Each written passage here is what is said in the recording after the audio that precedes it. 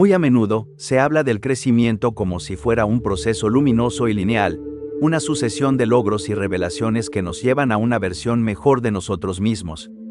Sin embargo, crecer rara vez se siente así.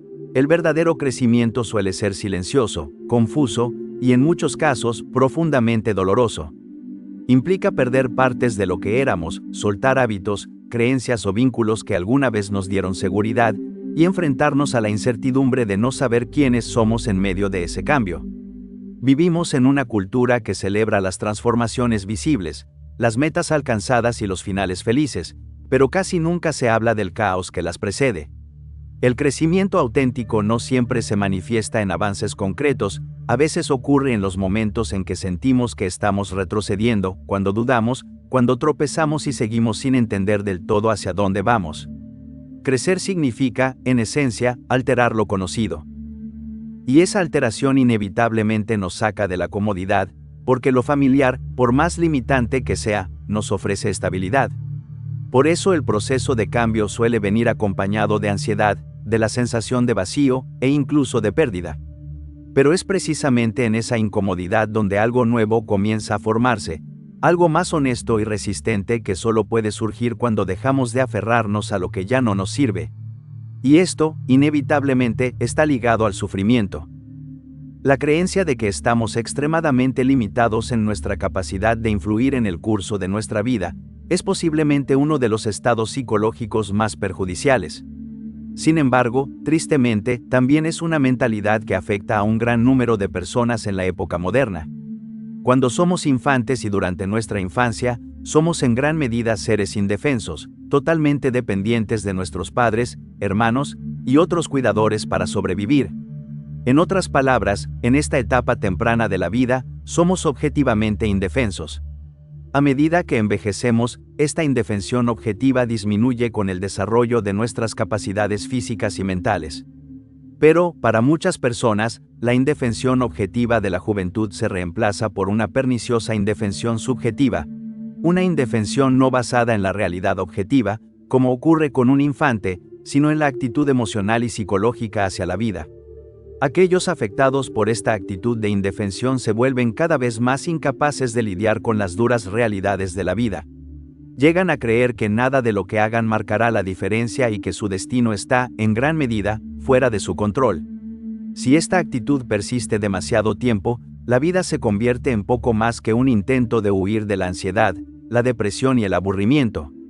Esto no debería sorprendernos. Si te crees indefenso, dejarás de intentar encontrar soluciones a tus problemas, cesarás en tus esfuerzos por alcanzar metas y te acomodarás en una complacencia que despoja a tu vida de significado y propósito. Por lo tanto, superar la indefensión subjetiva puede tener un impacto enorme en la vida de una persona. Afortunadamente, dado que es una actitud y una manera de verse a sí mismo en relación con el mundo, y no objetiva, como lo es para un infante, se puede superar. Lo que hace difícil superar esta actitud es que muchas personas interpretan sus fracasos y dificultades como reflejo de una ineptitud personal que limita su capacidad para hacer cambios positivos. Pero pocas veces se tiene en cuenta que todos los humanos experimentan estas dificultades y que, muy a menudo, son los grandes, no los mediocres, quienes experimentan los sufrimientos más agudos. Al observar figuras prominentes de la historia, como Goethe o Beethoven, normalmente nos enfocamos solo en sus grandes logros, las obras literarias de Goethe o las sinfonías de Beethoven. Sin embargo, una mirada más cercana revela que sus vidas estuvieron marcadas, tanto por los momentos bajos que tuvieron que soportar como por las alturas increíbles que alcanzaron. Goethe, por ejemplo, no era ajeno al sufrimiento, afirmando: «Puedo decir que en mis 75 años no he conocido 4 semanas de verdadera tranquilidad». Pero, a diferencia de un individuo subjetivamente indefenso, Goethe no vio su lucha como un reflejo de que él era menos capaz que otros ni que debía resignarse a una vida de inacción. Más bien, sabía que la vida es un proceso lleno de desafíos que deben superarse, y que lo más importante no es tanto dónde estamos, sino en qué dirección nos movemos. Quienes reflexionan sobre la condición humana observan que los sufrimientos, las dificultades y los fracasos inevitablemente nos afectan a todos. Pero los pocos que viven vidas plenas también llegan a darse cuenta de que esto es solo una parte de lo que significa ser humano, y que en cada persona existe un gran poder interior para superar incluso los mayores sufrimientos. Así como la madera de un árbol se fortalece con la tormenta, en la vida del hombre la adversidad es el escultor de un carácter fuerte y resiliente. La mayoría de las personas, sin embargo, teme la adversidad, huye de ella y cree que, si se vuelve demasiado severa, no se fortalecerán con ella, sino que serán quebrantadas. Las cosas adversas suceden, esta es una de las garantías de la vida. La mayoría de las veces, las dificultades que nos confrontan son menores y manejables. Pero en ciertos momentos, la adversidad nos ataca y sacude los cimientos mismos de nuestro ser. Estas son experiencias tan intensas o trágicas que se caracterizan como traumáticas. En su libro, Lo que no nos mata, el psicólogo Stephen Joseph señala: los investigadores han estimado que el 75% de todas las personas experimenta algún tipo de trauma en la vida, la pérdida o sufrimiento de un ser querido, el diagnóstico de una enfermedad, el dolor de una separación o divorcio, el impacto de un accidente, agresión o desastre ambiental. Alrededor de una quinta parte de todas las personas probablemente experimentará un evento potencialmente traumático dentro de un año determinado. Por definición, el trauma es inesperado, impredecible e incontrolable. Creer que se puede vivir la vida sin enfrentar la adversidad es una causa perdida. La palabra trauma deriva del griego y significa herida, y se utilizó por primera vez en el siglo XVII para referirse a una herida física que perfora el cuerpo. En el siglo XX, Sigmund Freud adoptó la palabra con fines psicológicos para referirse a experiencias dolorosas que perforan la psique, dejando a la persona herida emocionalmente. A lo largo del siglo XX, la mayoría de los psicólogos se centraron en los síntomas negativos que acompañan a las experiencias traumáticas. Kierkegaard experimentó este trauma cuando su madre murió en 1871, tras años de una relación muy cercana. Su presencia había sido central en su vida, su fe y su manera de ver el mundo habían moldeado gran parte de su pensamiento y sensibilidad religiosa. Durante toda su vida, sintió que debía honrarla y mantener vivo su ejemplo de devoción y rectitud. Cuando murió, Kierkegaard sintió que una parte de su identidad también desaparecía. Ya no podía acudir a ella para recibir consejo ni consuelo, ni compartir sus dudas y reflexiones espirituales más profundas.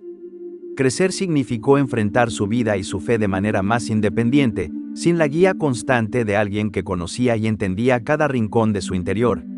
En la década de 1990, los psicólogos Richard Tedeschi y Lawrence Calhoun notaron que, aunque el sufrimiento era inevitable tras una experiencia traumática, algunas personas experimentaban un crecimiento tremendo en diversas áreas de la vida, un aumento de la fortaleza individual, una mayor apreciación de la vida, relaciones más ricas, apertura a nuevas posibilidades, un sentido más profundo de significado y una actitud espiritual más intensa. Este crecimiento que sigue al trauma lo llamaron crecimiento postraumático y, como escribe Stephen Joseph, la idea de la transformación a través del trauma va en contra de todo lo que se ha escrito sobre los efectos devastadores y destructivos del trauma. Los estudios psicológicos han mostrado que los eventos adversos de la vida son a menudo el desencadenante de depresión, ansiedad o estrés postraumático. Entonces, ¿qué hacemos con las historias de personas que han enfrentado una enfermedad que amenaza su vida, un desastre natural estremecedor o incluso un horror creado por el hombre, y luego cuentan cómo fue un punto de inflexión transformador en sus vidas? Tales historias parecen señalar la verdad del dicho de Nietzsche, que cita: "Lo que no me mata, me hace más fuerte". La historia está llena de relatos de individuos que validan este dicho. Tomemos, por ejemplo, a Viktor Frankl. En 1942, los nazis llevaron a Frank, junto con su esposa, su hermano y sus padres, a un campo de concentración. Su madre y su hermano fueron asesinados. Su padre murió de agotamiento, su esposa murió de tifus y Víctor fue trasladado entre 4 campos de concentración en 3 años. En lugar de dejar que esta tragedia lo destruyera, Víctor aceptó su destino y, a través de su sufrimiento, se convirtió en un personaje heroico y en uno de los psicólogos más importantes del siglo XX. Como escribió en El hombre en busca de sentido, cuando un hombre descubre que su destino es sufrir, deberá aceptar su sufrimiento como su tarea, su única y singular tarea. Su oportunidad única radica en la manera en que carga con su carga. Algunos podrían argumentar que Frank pertenece a una rara especie de individuos capaces de transmutar experiencias traumáticas en crecimiento personal. Sin embargo, la investigación sugiere que esta capacidad es generalizada. Tras revisar la literatura, Stephen Joseph señala que hasta un 60% de las personas que experimentan un trauma serio reportan alguna forma de beneficio posterior al evento traumático. Además, los estudios han mostrado que niveles más altos de estrés postraumático se asocian a menudo con mayores niveles de crecimiento. Parece como si la psique humana hubiera evolucionado con la capacidad no solo de soportar el trauma, sino de usar el estrés que le sigue para fomentar el crecimiento. Para Carl Jung, el mundo comunista tiene un gran mito. Expresa el sueño arquetípico de una edad de oro o paraíso, donde todo se ofrece en abundancia para todos. Cada sociedad tiene su idea del paraíso arquetípico o la edad de oro que, se cree, alguna vez existió y volverá a existir. En este sentido, escribe, inconscientemente, entonces, también creemos en el estado de bienestar, en la paz universal, en la igualdad del hombre, en sus eternos derechos humanos, en la justicia, la verdad y en el reino de Dios en la tierra. La triste verdad es que la vida real del hombre consiste en un complejo de opuestos inevitables, día y noche, nacimiento y muerte, felicidad y miseria, bien y mal. Ni siquiera estamos seguros de que uno prevalezca sobre el otro, que el bien venza al mal o que la alegría derrote al dolor. La vida es un campo de batalla. Siempre lo ha sido y siempre lo será, y si no fuera así, la existencia llegaría a su fin. Como señala Jung, no se puede tener felicidad sin miseria, ni progreso sin fracaso. Una de las formas en que ocurre el crecimiento postraumático es a través de lo que se llama llamada existencial de despertar. Cuando golpea la adversidad, podemos tomar conciencia de lo precaria y preciosa que es la vida, y esto puede motivarnos a realizar cambios necesarios en nuestros valores, creencias y prioridades. O como escribe Stephen Joseph, no es hasta que la adversidad golpea que muchas personas comienzan a mirar profundamente dentro de sí mismas para reevaluar lo que realmente importa. La adversidad puede despertar a las personas a vidas nuevas y más significativas. Si bien tenemos una disposición natural a crecer en respuesta a la adversidad, una mentalidad débil puede impedir este crecimiento. Para fortalecer nuestra mentalidad, podemos recurrir a la sabiduría de los antiguos filósofos estoicos. Los estoicos reconocían que la adversidad es una parte inevitable de la existencia humana, y que, por lo tanto, debemos prepararnos psicológicamente para los tiempos difíciles antes de que surjan. Tal como dijo Epicteto en sus discursos, ¿qué debería decir un filósofo, entonces, frente a cada una de las dificultades de la vida? Para esto me he estado entrenando, para esto he estado practicando.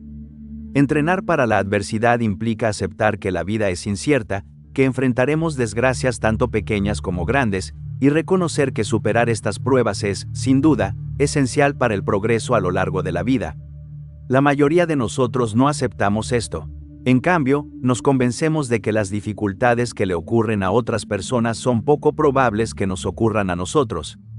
En experimentos en los que se les pide a las personas que califiquen sus probabilidades de experimentar eventos negativos, consistentemente califican sus propias probabilidades más bajas que las de los demás. Aunque esta estrategia de enterrar la cabeza en la arena puede aliviar nuestra ansiedad en el momento, nos deja vulnerables.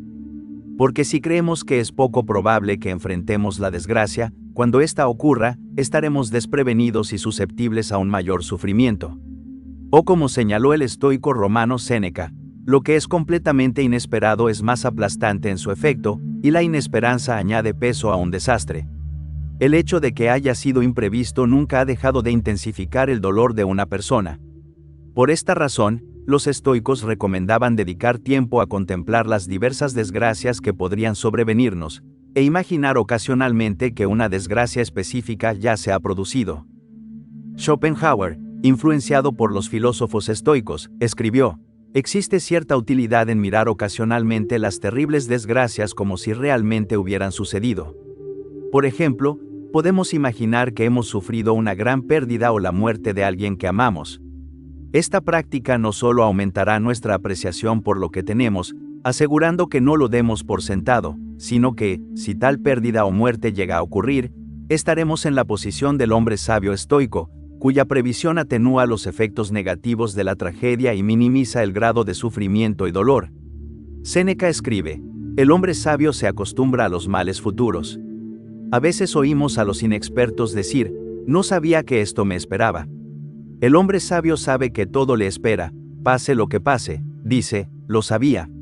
O como prosigue Séneca, mirando hacia adelante todo lo que puede suceder como si fuera a suceder, suavizará los ataques de todos los males, que no traen nada imprevisto para aquellos que están preparados y expectantes, pero sí son un golpe serio para quienes no muestran preocupación y esperan solo bendiciones. La enfermedad sobreviene a un hombre, la cautividad, el desastre, la destrucción por fuego. Ninguna de estas cosas, sin embargo, es inesperada. Yo sabía en qué compañía bulliciosa me había confinado la naturaleza.